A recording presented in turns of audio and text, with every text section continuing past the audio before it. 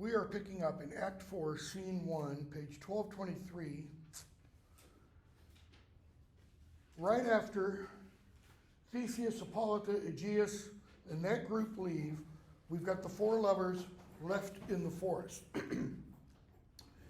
And Demetrius says, 182, these things seem small and undistinguishable, like far-off mountains turned into clouds.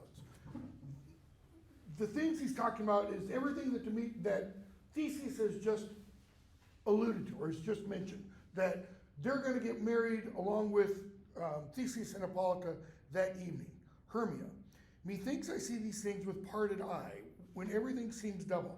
In other words, she can't focus on it. It's like a vision. It's like a dream. It's not real. The parted eye, your gloss says improperly focused. They go on. Helena. So methinks, and I have found Demetrius like a jewel, mine own and not mine own. That is, he's like the pearl of great price that has suddenly been found to her. Mine own and not mine own, because he was her own before the play began when he got engaged to her, and yet kind of not mine own. And you've got a gloss, like a jewel one finds by chance, therefore possesses, but you can't really say it's yours because, finders keepers is not necessarily legal. Demetrius, are you sure we're awake? Are you guys sure we're not just still dreaming? It seems to me that yet we sleep, we dream. Do not you think the Duke was here and bid us follow? Yep. Lysander. Notice, after Demetrius asked that, Hermia says, yes, and my father, and Helena says, and Hippolyta, and then Lysander says, and we're to meet him in the temple. He hasn't yet said, and get married, but Demetrius, then we must be awake. So they go off to the temple. Bottom wakes up. Because throughout all of this, Bottom has been asleep on the stage. Bottom wakes up,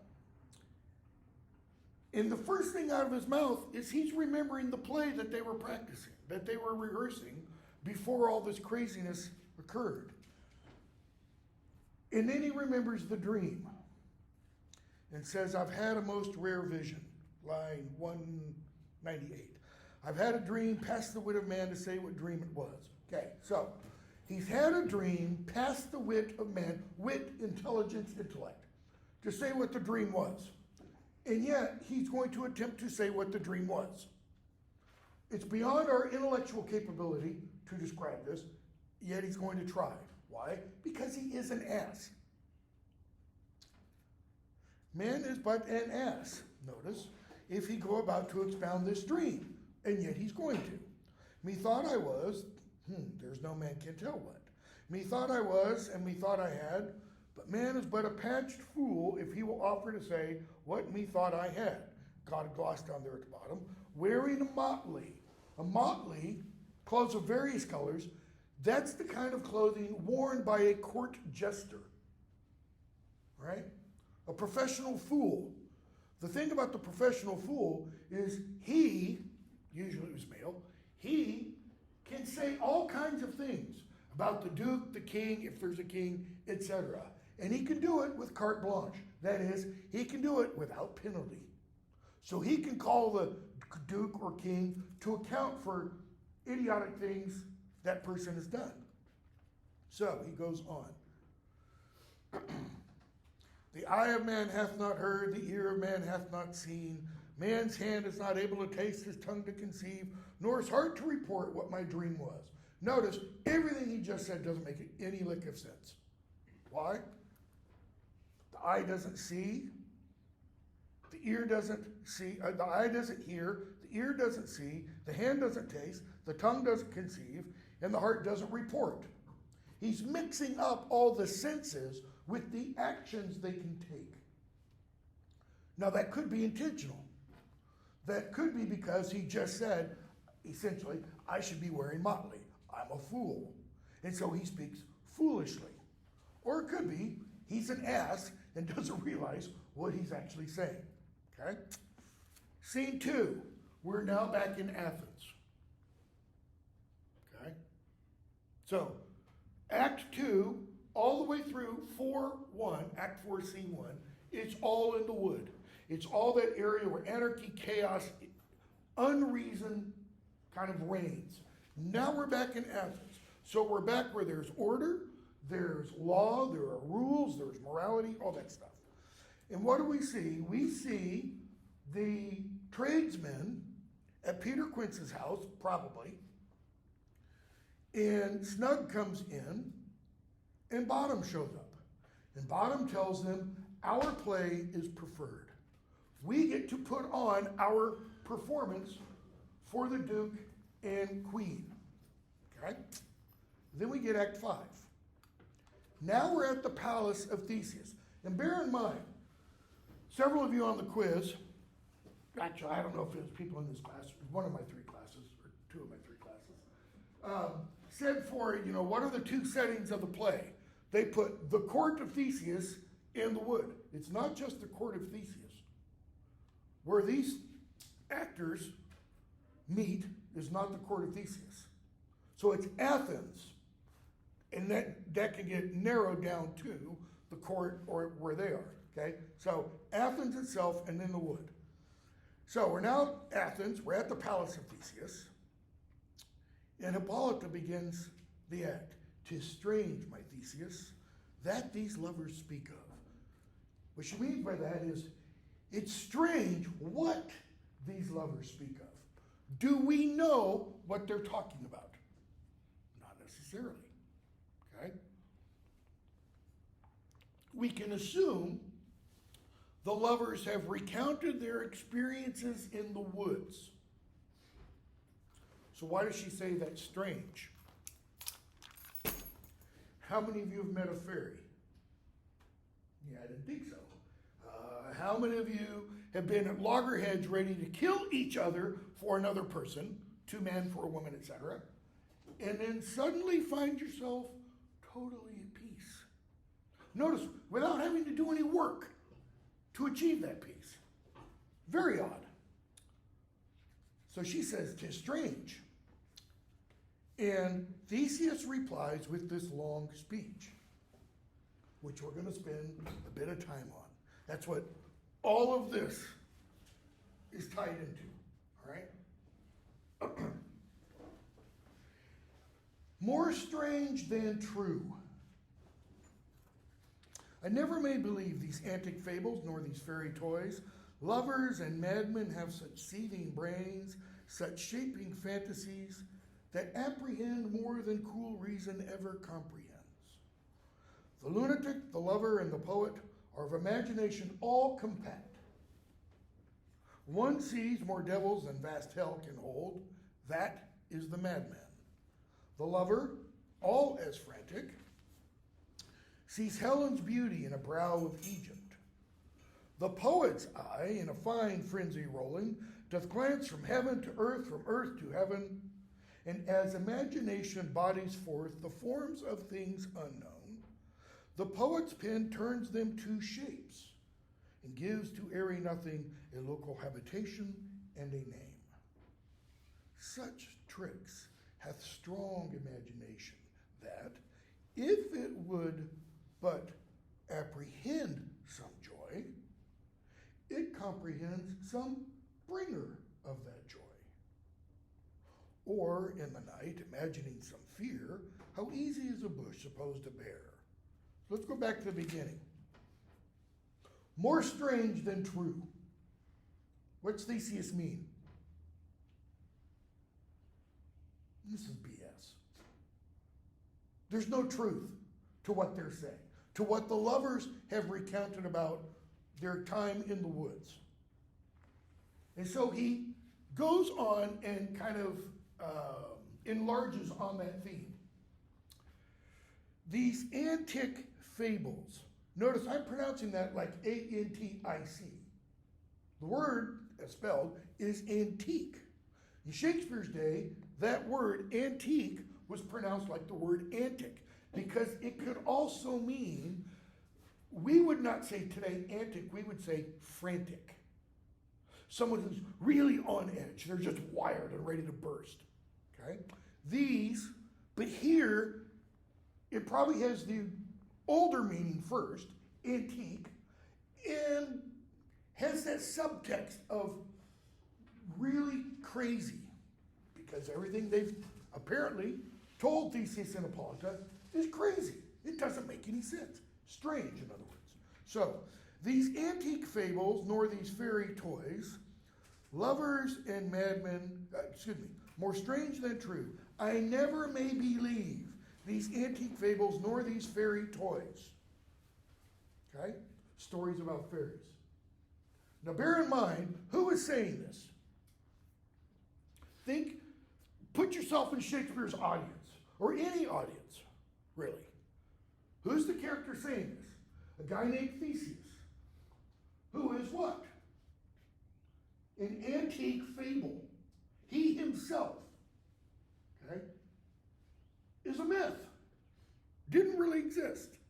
And here he is saying, I can't believe these old myths. Interesting. So he says, I can't believe these antique fables or these stories about fairies. Which of the four lovers met a fairy?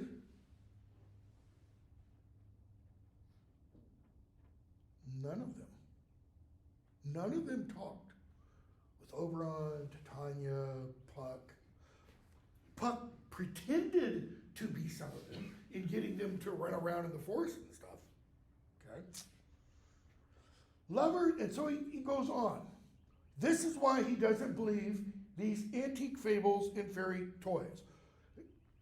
What phrase could we use to put under an umbrella, or to make as an umbrella for antique fables and fairy toys? Fairy tales. Okay? So, lovers and madmen have such seething brains, such shaping fantasies, that apprehend more than cruel reason ever comprehends. Lovers and madmen. So he's saying they're similar. They have seething brains. We only use the verb to seethe in one sense, and we don't really use it very much today. Anybody know what it means? It's a cooking term. We today would use the word boil. Seethe is an older word that means boil. You seethe meat to boil it. Okay? Not many, most people boil meat anymore, but that used to be done in England all the time. Okay? So, seething brains. Why would you boil a brain? He's not talking literally about that. When does your brain boil? Metaphorically speaking. What's the average body temperature? 98.6. What happens when you have a fever? I don't mean 99 or 100, 101. I don't know what the highest temperature you've ever had. I think the highest I ever reached was 104. I was like, had Hong Kong flu in 1968. Okay, missed like, I don't remember what it was, a month of school. Which is why COVID was nothing to me, because Hong Kong flu was a hell of a lot worse. What happens when your brain gets to about 103 or so, maybe even 102 for some people? You start to see things that aren't there. You hallucinate. And the higher it gets, the more hallucinatory you become. Which is why, if someone has a fever, it keeps rising, you got to get them cooled down quickly, because the brain can only stand a high temperature for a relatively short period of time. It's like under an hour. If you don't get somebody who's pushing 105, 106 in a bath of ice quickly, they'll die very fast. So, lovers and madmen have such, what? Boiling brains. In other words, they're hallucinatory. Such shaping fantasies. The fantasies are caused by the boiling brains. Those are the hallucinations. And these fantasies do what? They apprehend more than cruel reason ever comprehends. Okay? That's what I've got written here. So the fantasies apprehend. And notice I've got written to the side. Apprehend. Take hold of. You know, if a cop is going after a suspect, you don't want the cop to comprehend the suspect. Not until they apprehend the suspect. You first have to grab hold of them, arrest them, then you can try to figure out why the suspect did whatever he or she did. So the shaping fantasies apprehend, take hold of, more than cool reason ever comprehends. Why? Notice the difference between fantasies caused by seething brains and cool reason. Why is reason cool? What does not have an effect on reason, or what should not have an effect on reason? Those things down here, the passions. See, the seething brain kind of allows those passions to take control. That's kind of what causes, he is suggesting, these fantasies. All right? So, cool reason can't comprehend what these shaping fantasies have apprehended. Why not? 'Tis strange what these people talk about, Hippolytus said. It doesn't make sense. Okay? If the comprehension, if one cannot comprehend it, then that means one doesn't understand it. It doesn't make any sense. So, he says, he now expands beyond lovers and madmen, the lunatic, the lover, and the poet. Why does he bring in the poet? Because of antic fables and fairy toys. All he means by poet is literary creator, literary inventor. You know that word, poet, and poem, what a poet does, those come from the Greek word poesis. And all poesis means is to make. That's all it means. So in one sense, when I'm at home, if I'm building a bookcase or a table or something, I'm a poet. But I'm a poet with wood rather than words. If I write a novel, then I'm a poet with words. If I write a poem, then I'm using that term poet in its modern, very narrow sense. Okay? But I'm still just making. So, the lover, the lunatic, the lover, and the poet, the maker, if you want, are of imagination all compact, that is, formed, composed. Without imagination, you cannot have a lunatic, a lover, or a poet. Right? One sees more devils than vast hell can hold. That's the madman. That's the lunatic. Where does the word lunatic come from? Where does lunacy come from? Lunar, the moon. Okay? That's why in the Harry Potter novels you have a character named Luna Lovegood. Everybody thinks she's crazy. She's not. She's a little odd, but she's not crazy. Okay? So, the lunatic sees more devils than vast hell can hold. Why? Because what he's talking about here is this popular notion, Shakespeare's day, that lunatics see things everywhere. And those things are devils. And that's what causes them to go crazy. Right? The lover, all as frantic. So the lover is as wound up, as nervous and edgy as the lunatic. The lover sees Helen's beauty in a brow of Egypt. Helen is referring to Helen of Troy, who's the pattern of beauty. She was thought to be the most beautiful woman in the world at the time. A brow of Egypt, face of a gypsy. That's not necessarily true. That term is playing on an old kind of belief that gypsies come from Egypt. They don't. Gypsies come from modern day, ultimately, Romania. They were the Romani, okay? But they were darker skinned than regular Romanians. A brow of Egypt refers to somebody of dark complexion, an African person. What he's talking about, remember the other day when I said, in Shakespeare's day, This was the ideal of beauty, this artificial whiteness. Okay? The brow of Egypt is comparing this perspective of beauty with Beyonce, with that perspective of beauty. And I don't mean Beyonce in terms of her beauty, I mean in terms of her skin color. Okay? What? Notice, that's the lover. What's he saying? The lover is crazy. Why? Because in Shakespeare's day, dark skin wasn't thought to be beautiful. Because of Elizabeth. So, the poet's eye, in a fine frenzy rolling, all that means is just as frantic or as crazy as the madman and the lover. Fine frenzy rolling does what? Doth glance from heaven to earth, from earth to heaven. Notice the poet starts up here and then looks down to here. Why? Because the poet is starting from the realm of ideas, so to speak, images, and then comes down to earth. Why? Because we don't know what's up there without knowing what's down here. How can you have an idea of chair, for example, if you've never seen one of these? You can't.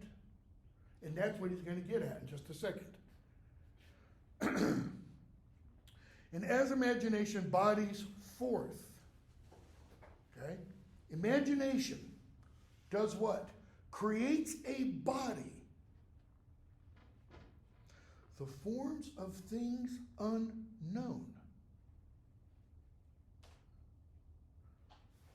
The poet's pen turns them to shapes and gives to airy nothing a local habitation and a name.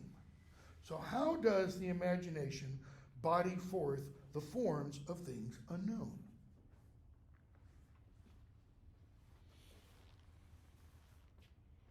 In a hole in the ground there lived a hobbit.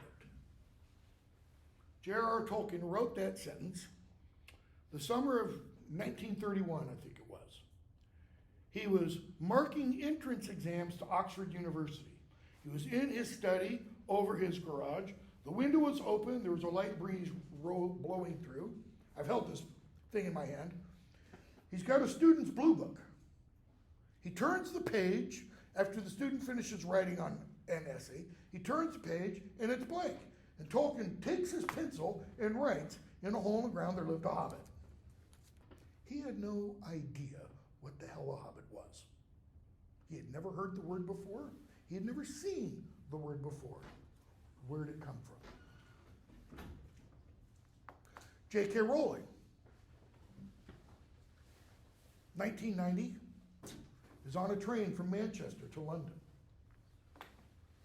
She's single, has a child, living on the Scottish version of welfare. She's written stories since she was a child, but never published anything. She had worked for Amnesty International for a while. She was back in England after her husband ditched her. Comes out in the Harry Potter novels, by the way. 5th, 6th, and 7th books with the character of Merope and Tom Riddle Sr. And she's on this train. In one moment, she's just a single mother living on welfare. And a minute later, she has an idea. And the idea is, there's a boy named Harry Potter who discovers on the morning of his 11th birthday that the greatest dark wizard the world has ever seen is out to kill him, and he killed his parents. Where'd the idea come from? Shakespeare's introducing that kind of, where do these ideas come from? Because the poet does what? Bodies forth the forms of things unknown. A hobbit, a wizard, and does what? Gives to airy nothing. Harry Potter's just existing out here, or you could say in here, until J.K. Rowling does what? Number 4, Privet Drive, a little boy, until J.R.R. Tolkien, an unexpected party, and we have Bilbo Baggins sitting in his doorway, smoking a pipe, and in comes this wizard. They give form to something that didn't have form. Or we could go back and do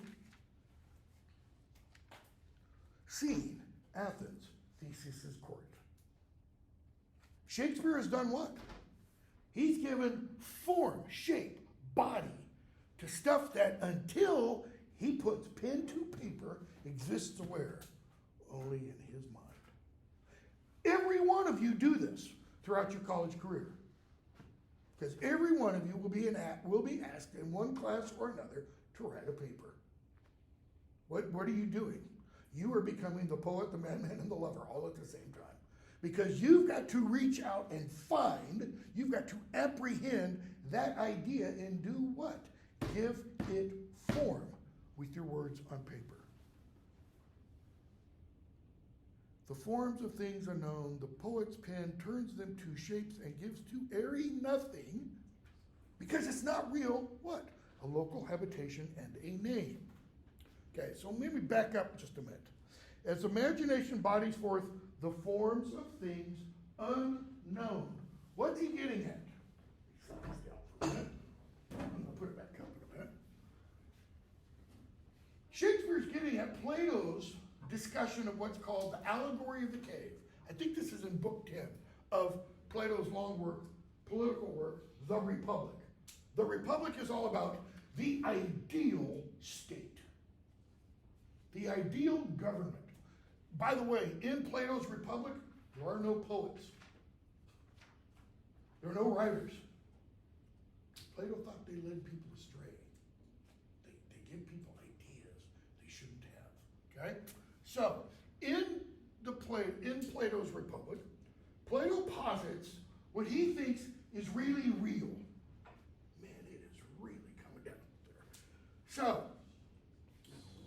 we exist not in the real world, according to Plato's thinking. And here's what I mean by that. Plato presents this picture. Imagine you have this bright light.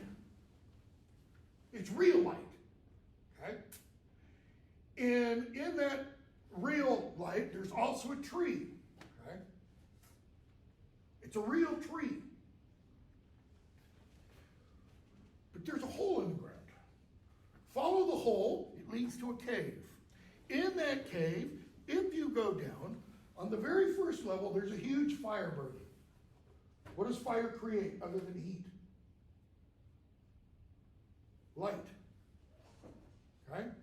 So that fire creates light. Down beneath that level, there's another level. And that level has a wall, like right here. So the fire's back here. You come down here, and you see these people walking back and forth, holding poles, and on top of the poles are these images.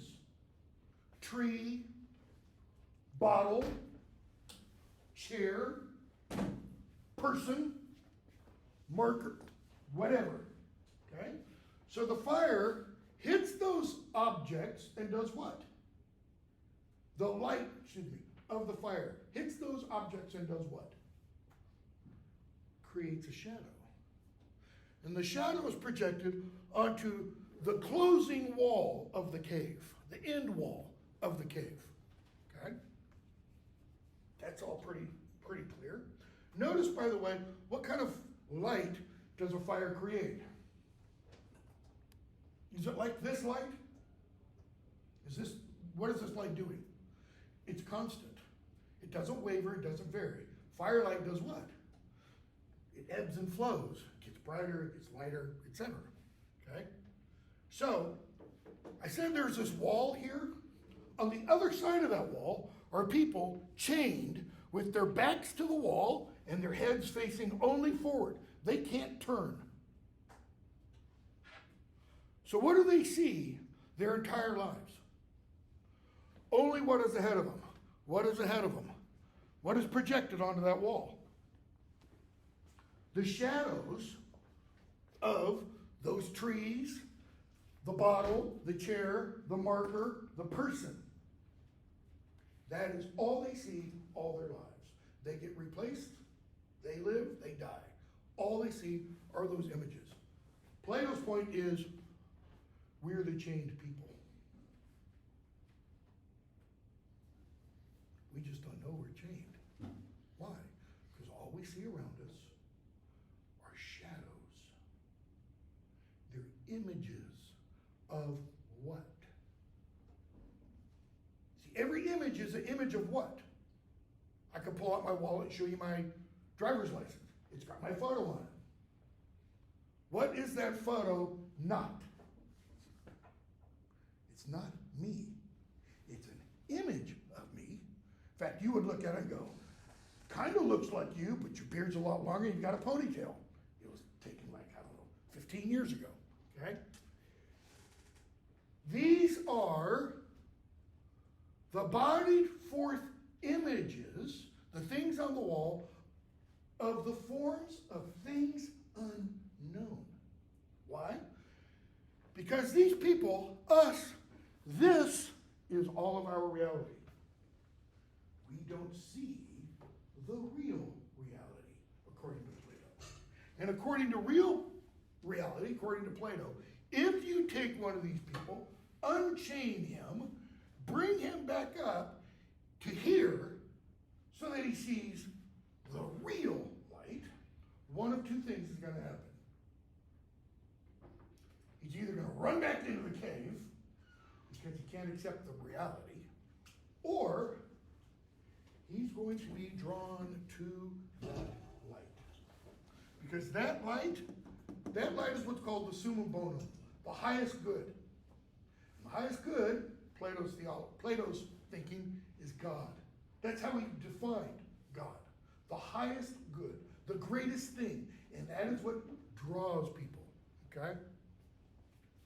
So, as imagination bodies forth the forms of things unknown, where do those forms enter our minds? Think about it for a second. This thing. Okay? Where did Steve Jobs come up with this? Alexander Graham Bell came up with the telephone. Steve Jobs was the one who said, you know, I can make it better. Or if this were an iPod.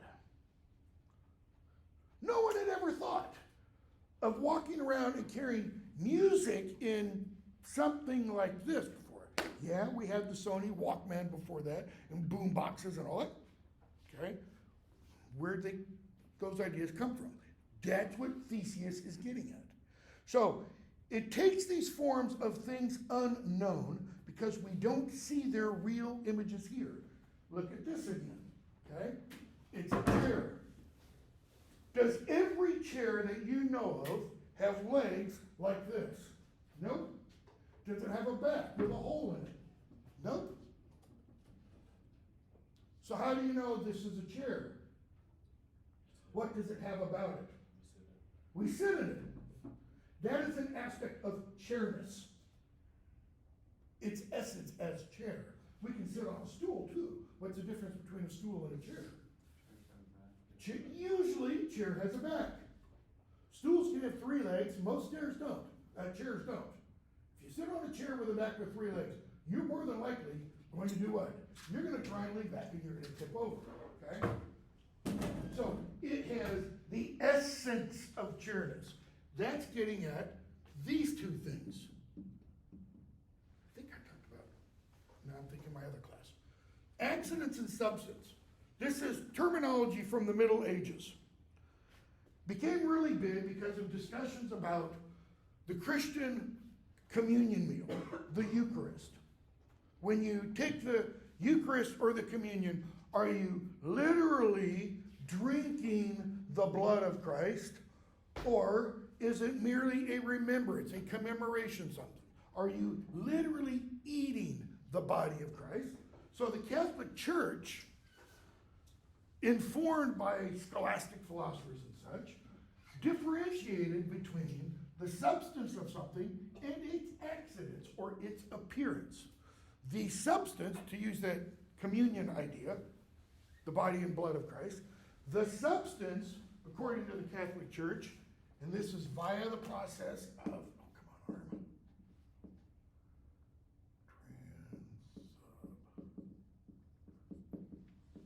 Big long word. Transubstantiation. The substance of that piece of bread and that wine is actually the physical flesh of Christ and the physical blood of Christ. Its accidents, however, what it appears to our senses as is what? Bread and wine.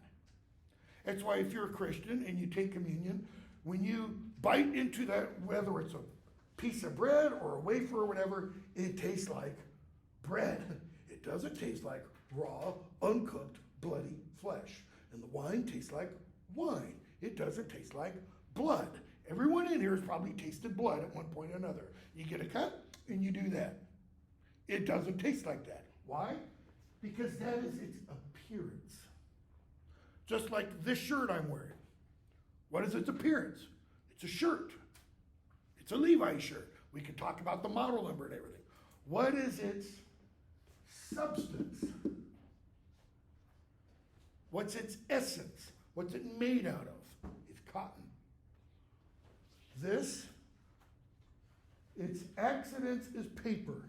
Its essence, its substance, wood fiber. It's made out of wood. It's made out of tree. So, imagination bodies forth, gives shape to. The forms of things are known. The poet's pen turns them to shapes and gives to airy nothing a local habitation and a name. Such tricks have strong imagination. Okay? Notice, you got to have a strong imagination for this to be applicable.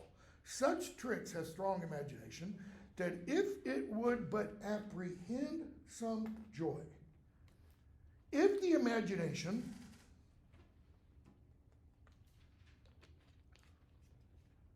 reaches some joy, it does what? It comprehends some bringer of that joy. So, if the mind says, if the imagination says, here is a joy, here's something I experience as joy, what does it then do? It says there must be some source of that joy. In other words, there's something behind that joy. There's something more than just that joy. We're going to see when we get to Hamlet. Hamlet's going to be talking to his friend Horatio, and he's going to say, there is more in heaven and earth than is dreamt of in your philosophy, Horatio. Because Horatio is a Stoic. And a Stoic, one of the central beliefs of Stoicism is this that we experience down here while we're sucking air, this is it. This is all there is. There's nothing else after this. There's nothing else before this. And Hamlet's like, no, there's a little bit more. Okay? So it would comprehend some bringer of that joy. Why is this significant? What is Shakespeare getting at? These are deep theological, philosophical issues. He's saying everything that occurs, there's what? There's some deeper thing behind it. In the, don't have time for this, but in the fifth Harry Potter book, how many of you have read those? Some of you have. In the fifth Harry Potter book, Harry discovers, he's in his kitchen, and he discovers that his aunt and uncle have a pretty good understanding of what the wizarding world is like, especially his aunt. And it blows his mind. Because it makes him realize that what he thought of as two totally separate worlds, the Muggle world, our world, and the magical world aren't totally separate. They're one and the same. Merely one kind of superimposes over the other, or one is hidden. One is visible, and the other is invisible. And what he comes to learn in the sixth book, is that what happens in the magical world bleeds over and influences what happens in the physical world. And that's, I argue, that is J.K. Rowling's way of talking about two realms, the spiritual realm and the physical realm. And what happens in the spiritual realm involves us here. Such tricks have strong imagination that if it would but apprehend some joy, it comprehends some bringer of that joy. And you've got a gloss down there. I don't know what it says. I don't think I've ever looked at it. Line 20, source, that's it. Or, Theseus goes on and says what? In the night, imagining some fear, how easy is a bush supposed to bear? Notice, that image takes us out of the realm of philosophy and down to what? The real world. I don't know what your childhoods were like. I don't know what your house situation, room setup, all that kind of stuff was like. But what's he getting at when he talks about, the imagination can make a bush turn into a bear? When I was growing up, I grew up in San Jose, California, in the 60s, and beginning when I was around 6, 7 years old, a guy started killing people within 30 miles. The Zodiac Killer. I literally, 6, 7 years old, went to bed many nights very afraid that he was going to come through our window. He was going to come through my window at night, okay? Why? We had bushes and trees that would, like in that storm that just went by, that would rub up against the windows or screens. And I'd be lying there in bed, and I'd hear this like scratching, like someone trying to get in. And the imagination does what? It bodies forth forms of things unknown. I didn't know what that was, and the imagination just ran with it.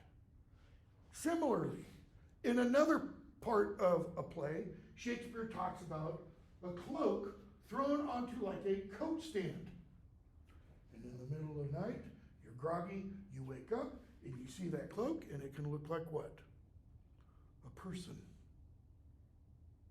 It's unknown what it is, but the imagination doesn't like things unknown, so it tries to come up with solutions, and it gives an image.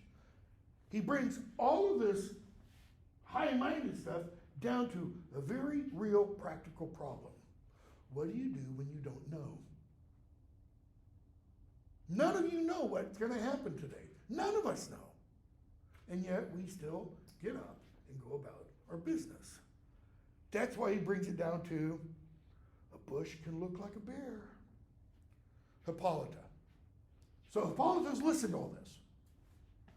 But all the story of the night told over, and all their minds transfigured so together, that is, they all had the exact same dream. They all had their imagination body forth the forms of things unknown identically. It would be like all of us right here in this room right now, there's 10 or 12 of us. Suddenly, boom, something happens. And we go out, we go about our daily business, and we start telling people about whatever it is that happened. And we all recount exactly the same thing. Mass hypnosis? Mass hallucination? Or did we experience something that nobody else does? And because we experience it and they don't, what we are said to have experienced is strange. Out of the ordinary. She goes on. All their minds transfigured so together, more witnesseth than fancies, imaginations, images, and grows to something of great constancy.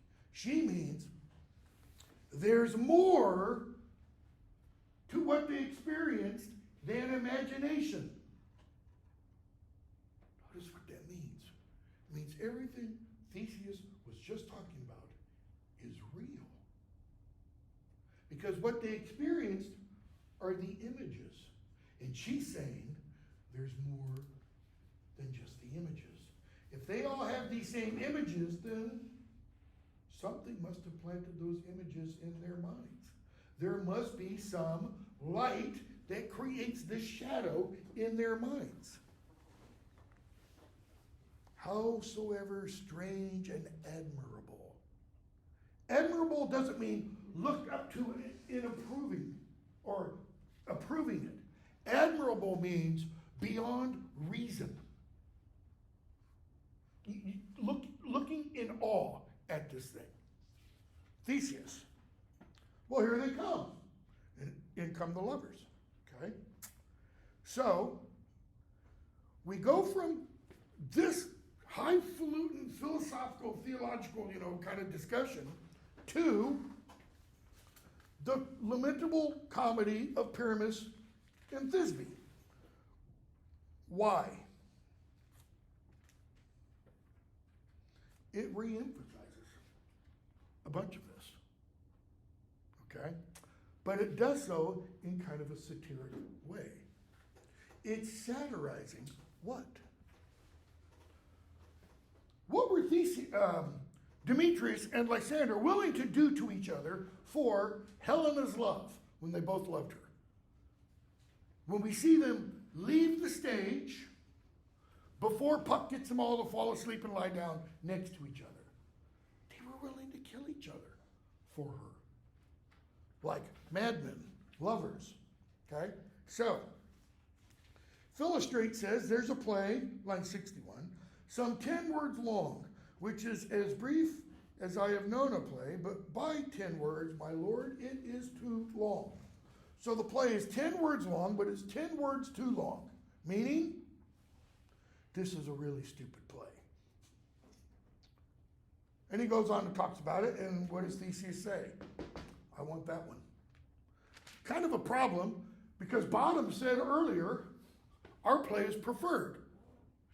Now, the king says, or the duke says, I want that one.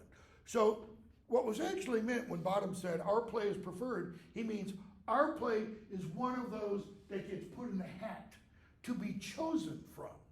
We might get to put on our play, we might not. Okay? So, Theseus, 70-something. We're here. After Philostrate said, these are hard-handed men that are going to produce this. No, it's not for you. These guys have never worked with their minds before. In other words, they're stupid. It's not going to be good. Theseus, I will hear that play. Why? For never anything can be amiss when simpleness in duty tender it. What does he mean by simpleness? You've got a gloss. Simplicity. What does he mean by simplicity then? Idiotic gloss. These are simple-minded men. It doesn't mean literal idiots. It just means unlettered, untutored, untaught. They just go about their jobs. Okay? Their simplicity and their duty, Theseus says, are what render them appropriate for this play. What's he mean by duty? Their desire to please us. That's it. Hypocrisy. I don't want to see wretchedness overcharged. What does she mean by wretchedness? Low lives. Hippolyta's got kind of a sneering, disdainful attitude towards the lower classes. She's a queen, remember? Okay? Theseus, you won't see that. You won't see them overcharged. She says, but he says they can't do this. Theseus, the kind are we to give them things for nothing. What does it mean for nothing? Okay, Philostrate says they can't pull off this play. So let's assume for the moment, for the argument, the play is going to be a total failure, a bomb. Theseus says, therefore, we will the kinder be to give them thanks. Why? What have they done? The rustics, bottom quince, flute, snout, starveling. They've done their best. What more can you ask of anyone than to do their best? They did their best. And they did it. Why? Out of duty and love towards us. Our sport, he says, that is our entertainment, shall be what? To take what they mistake. To accept what they screw up on. And what poor duty cannot do, noble respect takes it in might, not merit. In might. Does he mean in strength and power?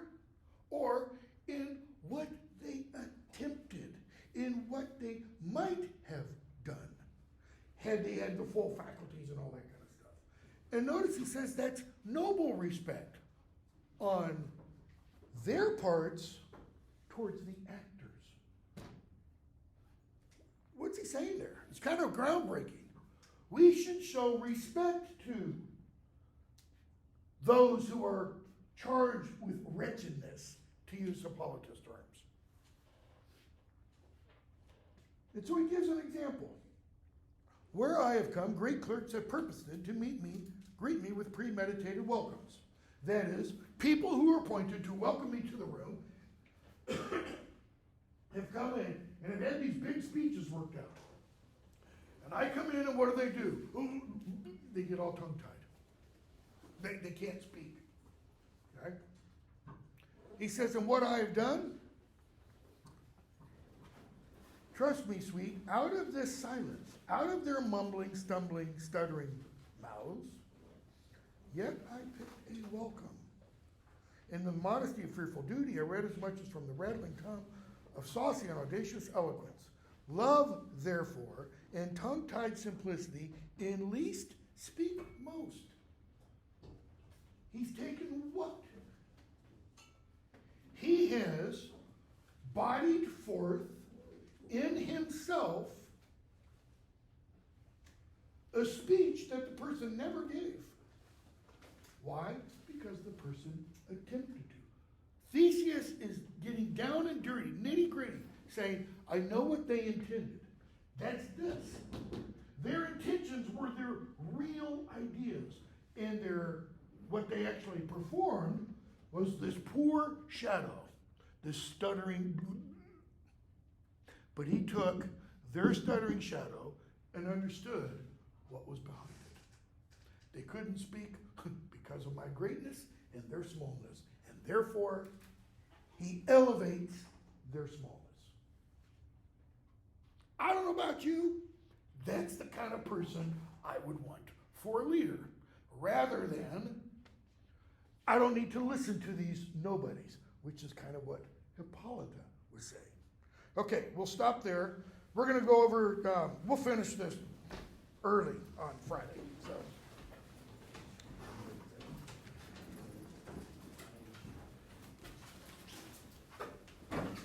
We're going to pick up with the prologue of the play.